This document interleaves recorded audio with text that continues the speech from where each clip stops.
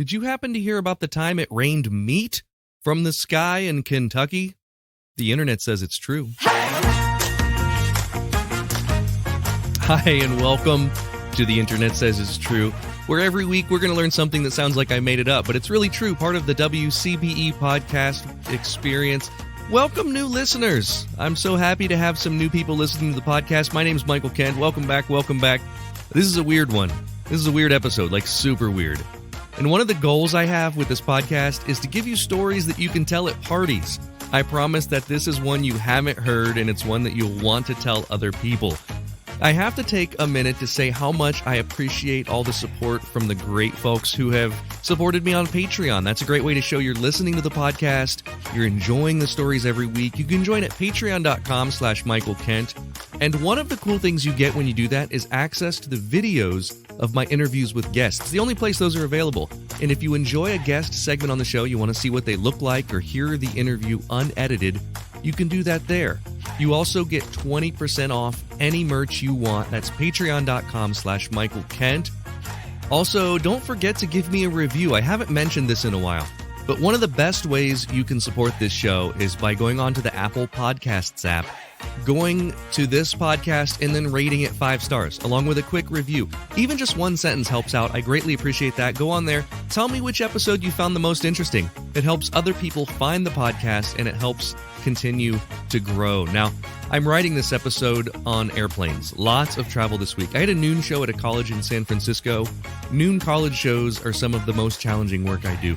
Just imagine performing magic to 12 people in a campus cafeteria with the sound of people like playing pool behind you, and every 10 minutes or so you hear, "Number 32, your chicken fingers are ready. Number 32. It's a weird thing, but hey, you know, non-traditional campuses need entertainment too, and sometimes that's the only time you can do it. Glamorous show business. And I head from here back home for a day, then it's off to Philadelphia for another college show. So it's been a busy week. Also, yesterday was my wife's birthday, so happy birthday to Allison. If you're a regular listener to the show, you've heard her in a few different episodes now. I'm glad I'm able to get a new show out to you this week, though, so let's get into it. The Kentucky Meat Shower. This one may win the award for the weirdest story I've had on the show. Occasionally you'll hear about weird things coming down from the skies with the rain. They call it non-aqueous rain. It's a phenomenon that's happened all over the world, and it's known to have happened throughout history. Pliny the Elder described it happening in the very 1st century. Last year, it happened in Texarkana, Texas. For several minutes on December 29 last year, residents reported seeing dozens of fish falling from the sky. They accompanied hail and tornado weather. A local high school soccer team ran from the field as fish were falling from the sky and pelting them. One kid accidentally kicked a fish when he was going for the ball. Animal rain is a real scientific phenomenon that happens only under very specific conditions. Through the years, there have been reports of birds, jellyfish, bats, frogs, and even snakes. Snakes falling from the sky. Snakes. I don't know no snakes. It happens when there's a waterspout or a tornado that sucks up the animals and throws them in the air. Using the word rain isn't scientifically accurate because the animals aren't being vaporized into a cloud and then reliquidized. They're just sucked up into the air by these very specific weather conditions. It's amazing that can happen. In some instances, small ponds have been completely drained by similar conditions. So hearing that, it becomes easy to believe in the horror that would be Sharknado. In reality, nothing as large as a shark has ever been reported as getting sucked up and spit onto the ground elsewhere. But scientists say it is possible. If a tornado-strength waterspout were to pass over the ocean with a dense population of sharks, they could theoretically be lifted by a 150-mile-per-hour wind. But again, the largest fish to ever fall from the sky are 4.5 inches long. So then how in the world did this phenomenon known as a meat shower happen in Kentucky, of all places? Olympia, Kentucky is a tiny unincorporated village an hour east of Lexington. No stoplights, a population of around 1,000 people, and a single tiny post office. But in 1876, the tiny Bath County village was the site of a peculiar oddity. Back then, it was known as Olympia Springs and was controlled or maybe owned by a guy named Harrison Gill. The area had previously belonged to Henry Clay and was used as an army recruiting post. Several barracks still stood in Olympia Springs. Around 11 a.m. on the morning of March 3, 1876, the wife of a farmer, Allen Crouch, was out on her front porch making soap when she heard something slap the ground in front of her. Then another. Then again she heard it. When she got up to look at what had fallen from the sky, it looked like a small piece of meat. It was gristly, but it had the appearance of beef. One piece was reported to be 3 or 4 inches square. The sky was reportedly perfectly clear at the time. Harrison Gill was called to the Crouch farm to observe this meat. In newspapers, he was referred to as having, quote, unquestionable veracity. He reported pieces of meat all over the property. Some were stuck to fences, some scattered across the dirt driveway and front lawn. He thought it had the appearance of being perfectly fresh. Even local newspapermen from the Louisville Commercial were called out to the Crouch farm to see the meat scattered across. They were brave enough, or stupid enough, to actually taste the meat, and they reported it tastes like venison or mutton. So what in the heck happened? How did meat come from the sky? And was it meat at all? We'll find out after a quick break.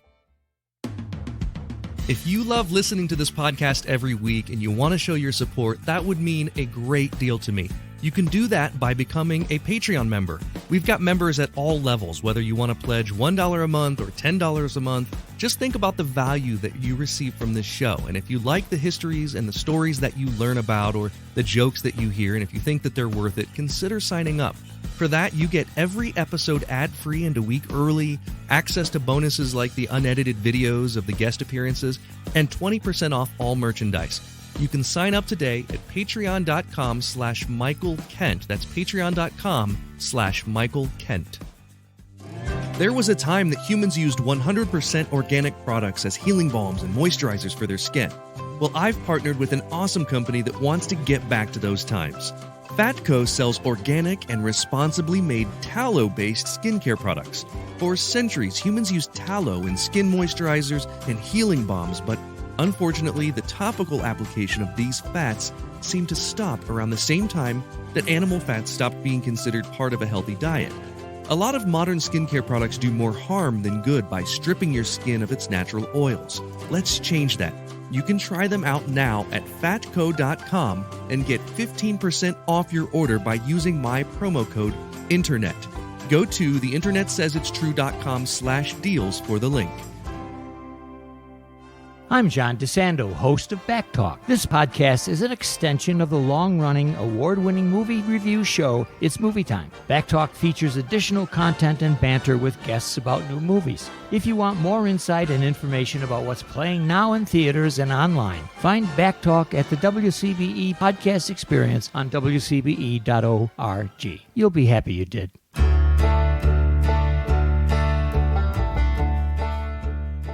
When the townspeople went outside, they carried their plates, cups, glasses, forks, spoons, knives, and napkins with them.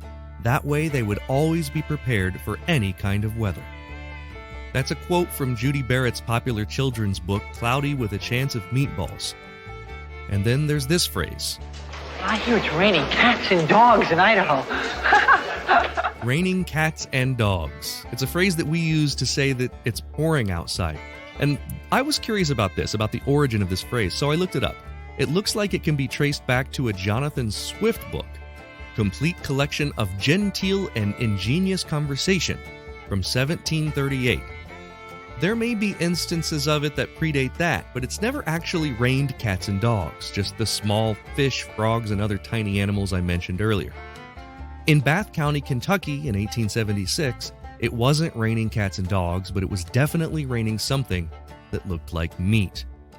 Within a week, the story was published in newspapers far and wide. Here's a quote from the Harrisburg, Pennsylvania Telegraph. Quote, "On last Friday, a shower of meat fell near the house of Allen Crouch, who lives some 2 or 3 miles from the Olympian Springs in the southern portion of Bath County, Kentucky, covering a strip of ground about 100 yards in length, 50 wide. Mrs. Crouch was out in the yard at the time, engaged in making soap, when meat, which looked like beef, began to fall around her, end quote. Samples of the substance that fell from the sky were collected by local residents and given to scientists. One local hunter swore that the meat he was looking at was that of a bear. Of course, the Crouches, being religious, thought that the sky meat was a sign from God, maybe some sort of signal of the end times. But the scientists, they had answers. One study concluded that what the meat-like substance actually was a type of bacteria called nostoc. And if you look at the pictures of this, Nostoc, it's the globule-like green stuff you see around stagnant ponds. I always associate this stuff with Canada geese. It definitely doesn't look like meat, and it's always green, so I'm not really sure why they said this, because further testing verified that the substance was definitely the meat from an animal. The samples that were collected were later found to have muscle tissue, and they thought the meat came from either a horse or a human being. In 1876, Dr. L.D. Kastenbein published a hypothesis that is still thought to be the most likely answer. The meat shower was the result of vulture puke. Turkey vultures are common in this part of the world, and they eat dead animal carcasses. And vultures are known to vomit for a couple different reasons. Sometimes after eating, they simply weigh too much to take off and fly high enough, so they have to regurgitate some of their meal. But when they're in the air and they're trying to scare away potential predators, they use projectile vomiting to do that. So what likely happened is that a flock of vultures were flying high above Olympia Springs and vomited the contents of their stomach. And they were so high there was no sign of the vultures, but the meat showered down below as if it came from the clouds. So that is about as close as we can get to solving this mystery. The Kentucky meat shower was probably just vulture puke. The internet says it's true.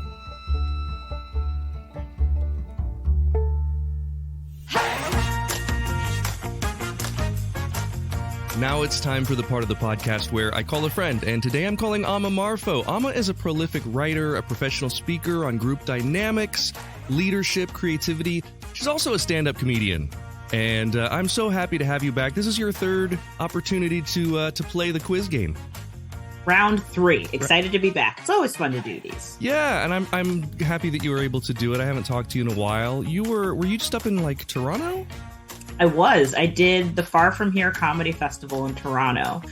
So it's a group of comedians who are putting on Zoom shows through like the thick of the pandemic. And now that we have a little bit more room to travel, they're like, I want to meet all the comedians I met on Zoom. So we spent 4 days up there doing shows together. The shows are broadcasted to Zoom, but we were together in person. It was just really nice to see how tall everybody was. Because it's like, I guessed right. You're a surprise. Like, that's the best part of meeting people on Zoom. It's like, how tall were they? What an interesting time we live in. I mean, like, these are people that you knew, comedians you knew through Zoom, and now you're still doing Zoom, but you're doing it in person. Mm-hmm. What a weird thing. But that's great. And who's watching these shows? Like, are people paying for tickets? How's that work? Yeah, so people pay for tickets. It's been interesting in that now that there are more opportunities to perform in person, there are still markets of people who really benefited from having shows at home. So I know I had talked to people who said like they had family members who were housebound, people that were in hospitals long term that weren't getting to see shows, and all of those places still exist. So it's nice to kind of do it for people, the elderly, like people's parents who can't always travel to see them. I know my friend Meg, her mom watched one of the shows on Zoom with us so we could like see her on the screen in person on the side. It's really, really nice. It's weird that we're still talking about Zoom shows like almost 3 years later. But I don't know that I've ever asked this question. What, for a comedian, for a comedy show, what happens after you tell the joke? You know, a lot of people don't like it because there's a delay. So you have to wait a minute and it kind of throws your timing off. So like sometimes you'll hear things at the really early days of Zoom before they were able to calibrate, like if one person's making noise and somebody else can't make noise. Sure. It was very, very difficult. And I think they kind of had to respond to the demand and what people were using it for. But yeah, you kind of just give it a minute. Sometimes you watch more for reactions. I actually do a show that's online, but not Zoom based. So there isn't really an audience reaction. Nice. But we could see the other comedians. So I always tell the comedians, if you like what someone's saying, make like noise. Type in the chat. Oh, yeah. So like we can support each other. That helps it's a ton. Immensely. Yeah, it's immensely challenging, but it's been really good to kind of do it where like, all right, if you have the confidence to sell something and you're not 100% sure, like how is your set going to go if you're not hearing anything? Some people don't like it. It makes a lot of people very anxious, but Yeah. I think it's a fun challenge. Well, I felt that challenge doing magic, but with magic, it's a Yeah. little different, because there's a visual component to it that sort of stands on its own. And when the trick would be over, that silence was so, it was very awkward and very difficult. And I remember like I started just talking about the trick after it was done because of me being so uncomfortable with that silence. Like I would be like, well, that's something I came up with back in blah, blah, blah. And here's why I do it. And that was the only way I knew how to really, and, it really helped eventually to start seeing people's reactions on Zoom, because the first shows I was doing were on like YouTube Live and where you don't see anything but the chat. So for me, it's funny because like I always really like watching the chat when I watch magic on Zoom, because people will like type out the reactions they would normally have. So like the people that will scream will like type it out. The people that would typically like get up. I saw one where someone like where they would normally just like get up and walk away. They're like, I gotta go, and then like they just disappeared on the chat. And it's so funny to me how you could like translate those reactions into text or into chat. It's finding a way. We found it a is way. And they have to work a little harder than they would if they were at a show. Like, instead of spending their energy getting there and all that, they have to spend their energy letting you know that they're paying attention. And it doesn't happen for everyone. A lot of people just sit back and watch very passively. So, well, this is a fun topic this week. It's weird. It's a weird story. It's one that I will be very surprised if you've heard of it. And for the first question, we're going to play for a joke. So if you get it wrong, you have to tell me a joke. And if you get it right, I'll tell you one. Here is the first question. We have heard of the occasional instance of frogs or fish coming down from the sky when it's pouring rain. They call it non-aqueous rain. In 1876, in Bath County, Kentucky, what fell from the sky?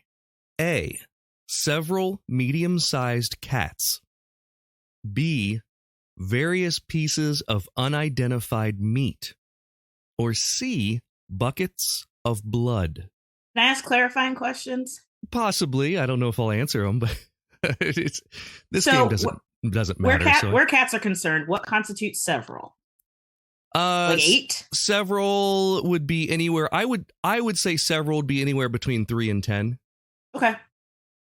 Personally, because I think with 2 it's a couple, and then 3 becomes several, and then more than that, more than 10, you're talking about a dozen probably. So sure. Okay, and then buckets of blood.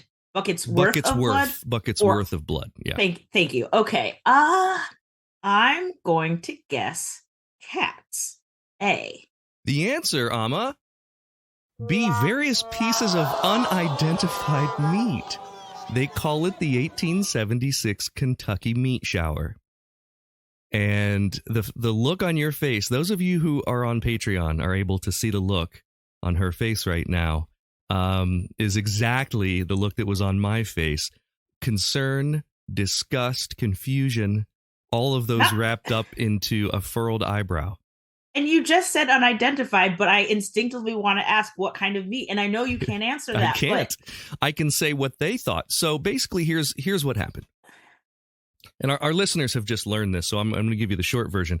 This woman, this farmer's wife, was making soap on the front porch and heard the slap of a piece of meat hitting the ground in front of her, and then again, and then again.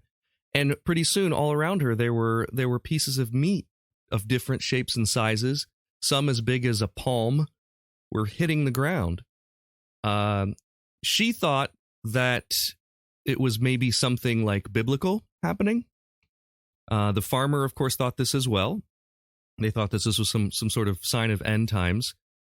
Local hunters came and looked at the meat. Some people even tasted the unidentified sky meat and said that it was gamey, maybe something like venison.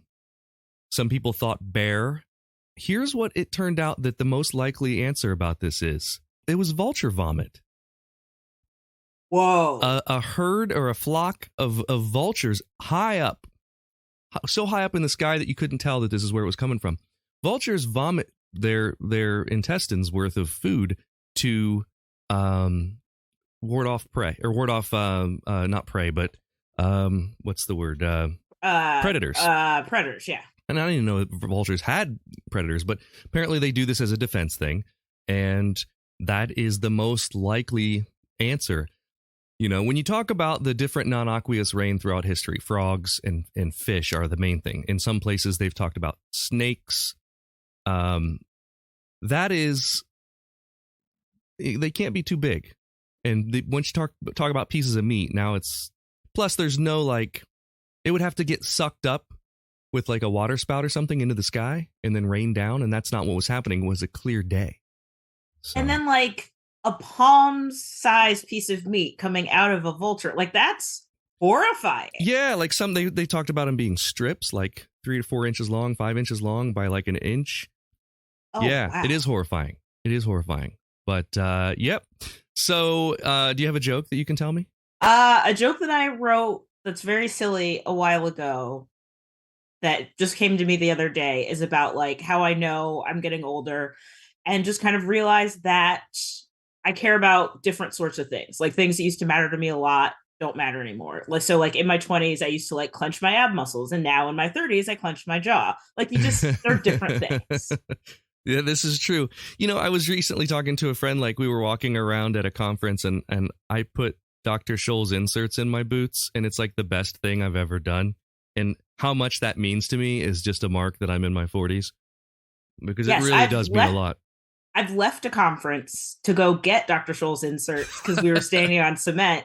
And like 10 minutes in, I was like, I won't last. This will kill me. I have to go. That's such an adult decision. And now we have anti-fatigue mats in that booth because I was like, I can't live like this. We have to do something.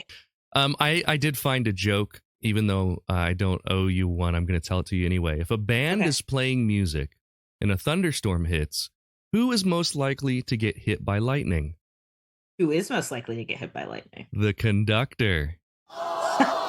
Yes. Yes. I love it. All right, let's move on. For this next question, if you get it wrong, you've got to tell me about the best gift you've ever given someone, whether it be for the holidays or a birthday or whatever, just for no reason whatsoever. If you get it right, I'll tell you one of mine. You used to live in Florida. Here's a Florida question for you.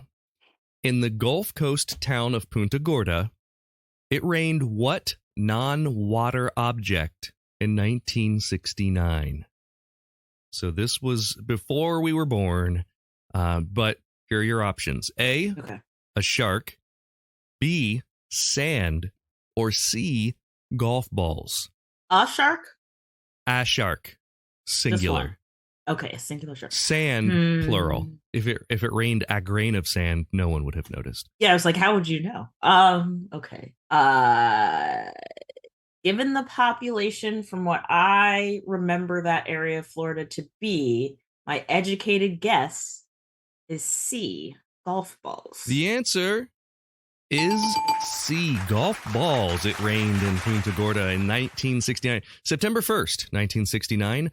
A routine rainstorm took a dogleg turn for the bizarre. That's a cute turn of phrase. And began depositing golf balls in the gutters, lawns, and streets. The St. Petersburg Times reported that, quote, dozens and dozens and dozens of golf balls fell from the sky, though no explanation was ever given. Nobody knows how that happened. Or how, I mean, someone could have dropped them from an airplane. I don't know. I just find it hard to believe that golf balls could have been sucked up into the sky and then rained down. Yeah, like Florida's a weird place, but it's not that weird. If it's going to happen, Florida would be the place, but. Absolutely. So you are 1 for 2. Let's move on. Question 3. For this question, we're going to play for one of these, of which I'm sure you have won in the past. But here's another chance to win a sticker. This is an Internet Says It's True sticker. They are 3-inch square, and you can receive these for free just by asking for them if you write into the show and ask for them, or if you join Patreon, I'm going to send you some. So here's the question. Kentucky is the only state that has rivers as its borders on 3 different sides. The Big Sandy and Tug Fork are on the east. The Mississippi is on the west. What river is on the north? Here are the three options. A, the Ohio, B, the Missouri, or C, the Cincinnati River. What was B again? B was the Missouri River. Okay. So we've got the Ohio River, the Missouri River, and the Cincinnati River. One of these borders Kentucky on the north. I've crossed this river before, and now I'm trying to remember what it was called. Answer is A, the Ohio River. I didn't know if that one was see, growing up and living in Ohio, that would be an easy question for me, but not being from here, I couldn't gauge the difficulty of that question. So I'm curious if our listeners knew that one who aren't in Ohio. I only lived in Ohio for 3 years, from ages 3 to 6, and we didn't have to know that then. What part of Ohio? My dad taught at Kent State, so we lived just outside of Akron. Okay. You were at Kent State longer than my wife was at Kent State, who attended their college for 1 semester, I believe. Okay. Maybe 1 year before she transferred. I think she went for a year, and then she transferred to Ohio State. Okay. Question 4. For this question, we're going to play for your best travel tip. Okay. And if you get it wrong, I'll try to share one. I've shared one the last couple weeks. I hope I have one left. Kentucky shares something in common with Pennsylvania, Massachusetts, and Virginia. What is it? Is it A, they all call themselves Commonwealths? B, they were all founded by Quakers? Or C, they're the only 4 states without a national weather station? C. The only 4 states without a national weather station? Yeah. Final answer? You seem unsure. What was B again? B was that they were founded by Quakers.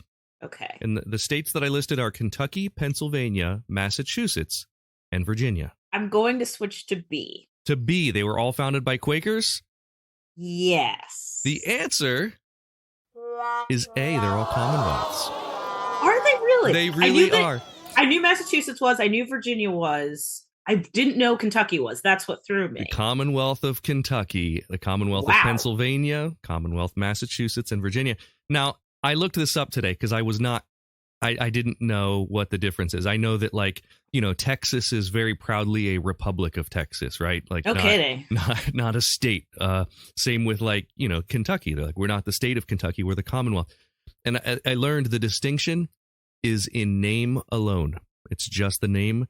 All Commonwealths are just like any other state. In their politics and laws, there's no difference in their relationship to the nation.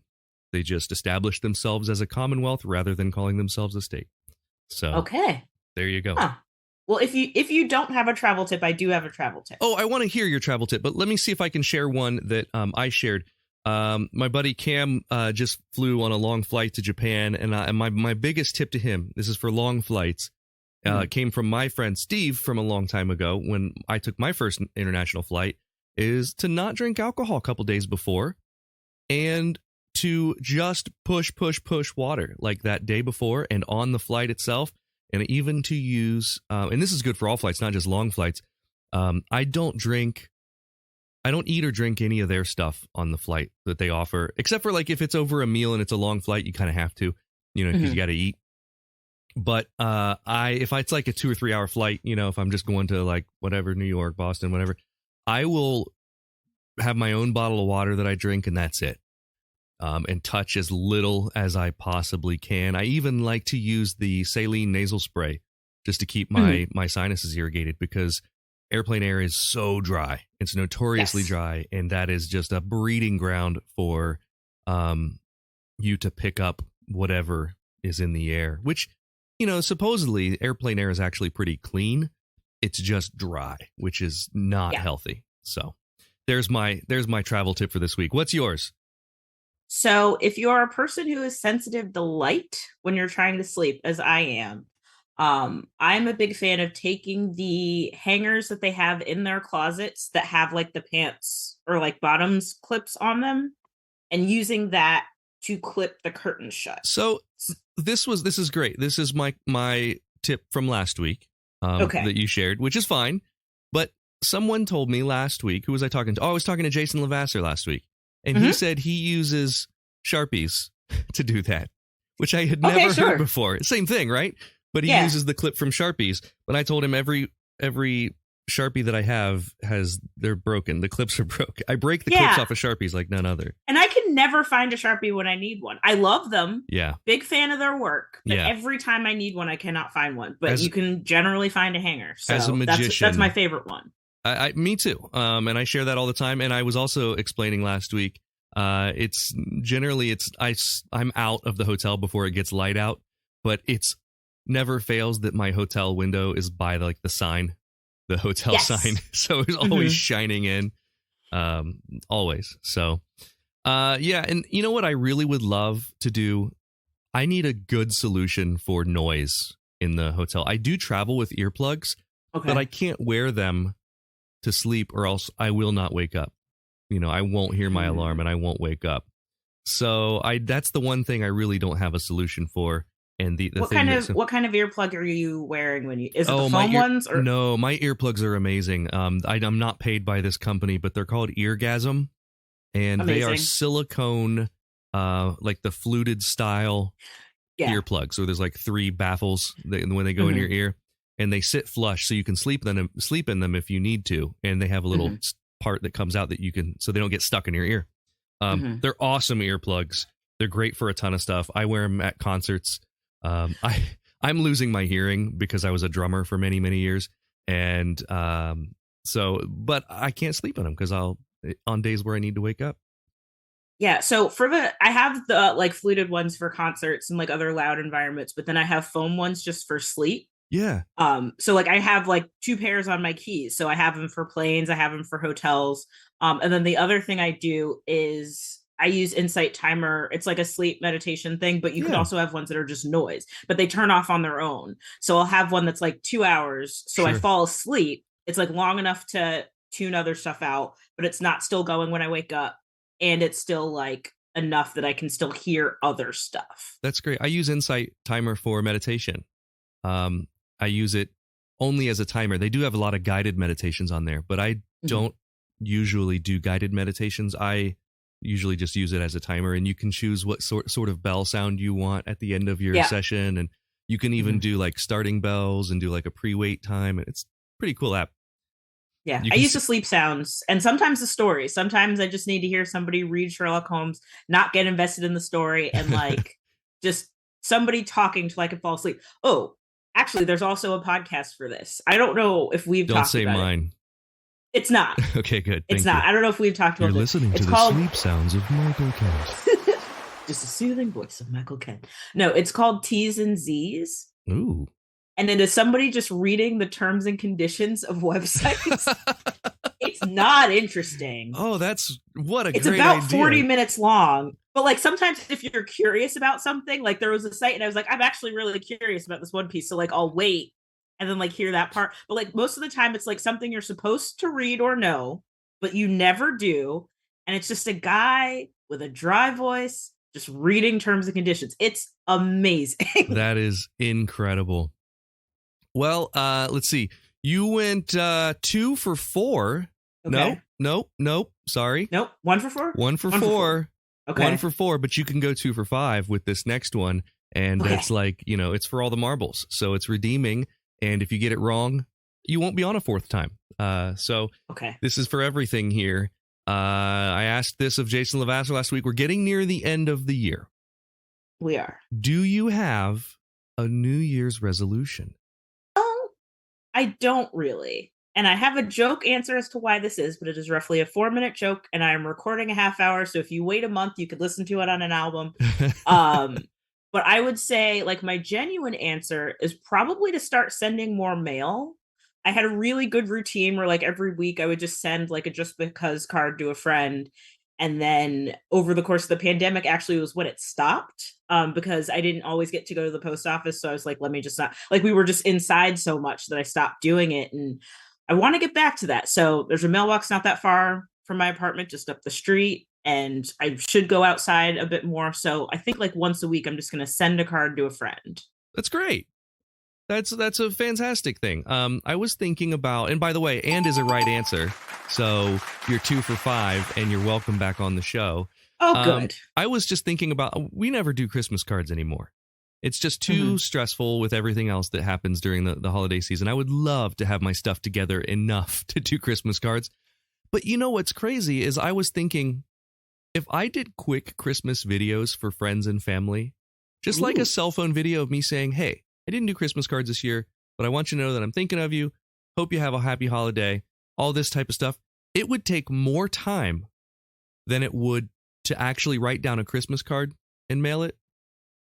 It would take more time to do that, but it would feel like it would be less invasive on my day for some reason. And I think it's because I'm already doing so much like video content all the time anyway. Yeah. It just feels like another thing in my workflow that I could just bang out and be like, okay, that one's done, and make a checklist. But yeah, it's like a less distinct task, like because we don't normally stop to like write cards. That's what it is. You are on screen. So I have to buy cards. I have to find stamps. I have to go to the post office. I have to. And here's the biggest obstacle for me. I don't have people's mailing addresses. Yeah. I don't keep them, from when they send us cards. I just don't have them. I don't collect them. So that is all for this week. Amma, how can people find you? Where do you want to send them online? So my website is ammamarfo.com. It's first name, last name.com. And I'm on Instagram at Amma Marfo. I'm on, for those who have departed Twitter, if you're on Hive Social, I'm at Amma Marfo there as well. I have a YouTube channel. And like I mentioned very briefly, I'll be recording a half hour of comedy next month. So that will show up on YouTube and a number of other places shortly after that. Fantastic. Go check out Amma Marfo at ammamarfo.com. That's AMMAMARFO. That's all for this week. Thank you so much to Amma for being my guest. Here's the voice of a little kid who fell from the sky. Thank you for listening to The Internet Says It's True. To listen to episodes ad-free and a week early, support us on Patreon. You can do that at patreon.com/Michael Kent. If you learned something just now that you didn't already know, go to the Apple Podcast app and leave us a review with 5 stars and a few words. That helps us a ton, because that's how the algorithm works. I don't know what an algorithm is, but just do it. See you next week for a brand new episode of The Internet Says It's True! The Internet Says It's True would like to thank the Patreon subscribers whose monthly contributions help to make the show possible. Dallas Ray, Sean Brown, Bryce Swanson, Eugene Anderson, Matt McVeigh, Jim Martin, Joanne Martin, the show's official Emperor Kick Track. The show is written and produced by me, Michael Kent. The theme song is by Finite Music Forge. All audio clips in this episode are used for education and commentary and used under Fair Use Title 17 U.S.C. Section 107. You can listen to past episodes by searching for The Internet Says It's True wherever you get your podcasts, and you can see bonus content at patreon.com/Michael Kent.